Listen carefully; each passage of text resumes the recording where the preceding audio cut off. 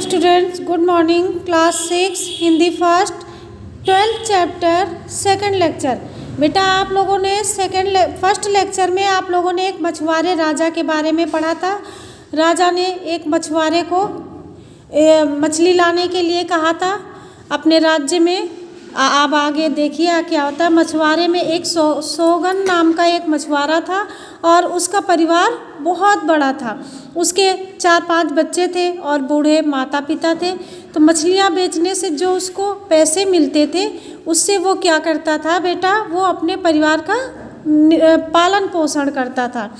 तो राजा ने जब उसने सुना कि राजा ने मछलियाँ के लिए कहा, मछलियाँ पकड़कर जो राजमहल में पहुँचाएगा उसको क्या मिलेगा बेटा, इनाम दिया जाएगा। जब उस मछुआरे ने ऐसा सुना तो उसने सोचा कि क्यों ना मैं अपनी किस्मत आजमा लूँ। तो सोगान ने क्या किया, अपनी पत्नी से कहा कि मैं मछलियाँ समुद्र से लाकर राजा को दूंगा। तो उसकी पत्नी ने उसको मना किया। उसने कहा कि मछलियाँ पकड़ने जाओगे और समुद्र में तो तूफान आ गया है, कैसे जाओगे, अपनी जान जोखिम में डालना है। तो वो मछुआरा कहता है कि नहीं, मैं ज़रूर जाऊंगा और मैं राजा से इनाम लूँगा। तब सोगान ने अपनी पत्नी की बात नहीं मानी और समुद्र में मछलियाँ पकड़ने के लिए वो नदी के तट की ओर चला जाता है। तो समुद्र की लहरें आती हैं, जब खूब तेज़ उफान मारती हैं तो सोगान ने हिम्मत जुटाई, वो डरा नहीं और मछलियाँ पकड़ने में सफल हो गया। अब वो मछलियाँ पकड़कर बहुत खुश हो गया और खुश होकर वो आगे बढ़ गया। जब राजमहल में गया मछलियाँ लेकर सोगान, तो उसको प्रहरी ने रोका वहाँ पे और उसने कहा कि उधर कहाँ जा रहे हो, उधर तो राजमहल है, मैं तुम्हें अंदर नहीं जाने दूँगा। तो मुझे राजमहल में ही जाना है। सोगान ने प्रहरी से कहा कि राजमहल में। प्रहरी से आश्चर्यचकित होते हुए पूछा कि वहाँ कौन है। तो उसने कहा कि मैं महाराज के लिए मछलियाँ पकड़कर लाया हूँ और उन्हें देने के लिए ही राजमहल में जाना चाहता हूँ। किसने कहा बेटा, उस मछुआरे ने कहा। तो वो मछुआरा जब मछलियाँ पकड़कर राजा के पास जाता है तो वो अंदर जाता है। तो वो जो अंदर प्रहरी होता है, जो पहरा दे रहा होता है, वो कहता है कि अरे वाह, उसने कहा मुझे दे दो, मैं राजा तक ये सारी मछलियाँ पहुँचा दूँगा। तो उसने कहा अरे मैं तुम्हें कैसे दे दूँ, मैंने इतनी मेहनत की, मैं स्वयं राजा के पास पहुँचाऊँगा। उसने कहा कि महाराज ने ये ढिंढोरा पिटवाया था कि जो मछलियाँ इनाम में जो मिलेगा मुझे, उसने कहा कि जो तुम्हें इनाम में मिलेगा वो मुझे आधा दोगे तभी मैं तुम्हें जाने दूंगा। अब वो बहुत परेशान हो गया। उसने सोचा अब क्या करूं, भीतर जाने के लिए कोई रास्ता नहीं है। तो उसने सेनापति से कहा ठीक है, चलो मैं तुम्हें आधा दे दूंगा जो भी मुझे मिलेगा।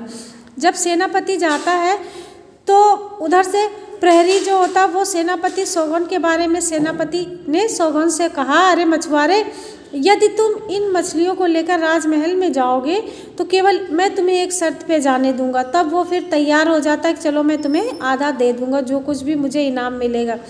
अब सोगन के पास सेनापति की शर्त उसने मान ली। जब वो राजा के पास पहुंचता है तो राजा बहुत खुश हो जाता है।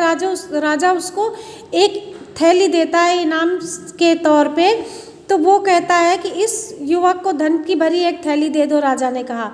जब उसको थैली दी जाती है तो वो कहता नहीं, मैं इनाम धन नहीं लूँगा, आप मुझे कोड़े लगवाइए। किसने कहा, उस मछुआरे ने राजा से कहा कि महाराज आप मुझे 50 कोड़े लगवाइए। तब राजा आश्चर्य में पड़ जाता है कि अरे इसको इनाम देना चाहिए, अब ये कोड़े लगाने के लिए क्यों कह रहा है। तब वो कहता कि क्षमा करें महाराज, मैं आपको बता नहीं सकता कि मैं किस लिए ऐसा कह रहा हूँ। तब फिर वो सैनिक को बुलाकर राजा उसके कोड़े लगवाता है और मछुआरे को 50 कोड़े मारने का हुक्म दे देता है।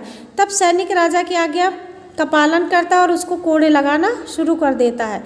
अब जब उसके 25 कोड़े लग गए तब उसने कहा कि अभी आप रुक जाइए, अब मेरा आधे ही मुझे लगाइए, आधे का अधिकारी ही मैं हूँ और आधे कोड़े मेरे मित्र खाएगा, आधा जो है उसको देना इनाम। और तुम्हारा मित्र कहाँ है। जब राजा ने पूछा तुम्हारा मित्र कहाँ, तो उसने कहा कि आपका सेनापति ही हमारा मित्र है। अब दरबार में सब चुपचाप बैठ गए। अब भानुदत्त ने कहा राजा ने कहा कि मंत्री ने क्रोध करते हुए कहा कि हमारा सेनापति तुम्हारा मित्र कैसे हो गया। तब उसने पूरी घटना राजा को बताई और सेनापति को दरबार में बुलाया और उसे 25 कोड़े लगाए जाने का आदेश दे दिया। किसने दिया बेटा, राजा ने उसको 25 कोड़े लगवाए। अब महाराज ने सोगोन को धन्यवाद दिया और ये कहा कि आज बहुत बड़े भ्रष्टाचारी को पकड़वाने में तुमने हमारी मदद की है। तुम निर्भीक हो, सत्यवादी हो और साहसी व्यक्ति हो। तुम्हें राज दरबार में नौकरी पर रखा जाता है।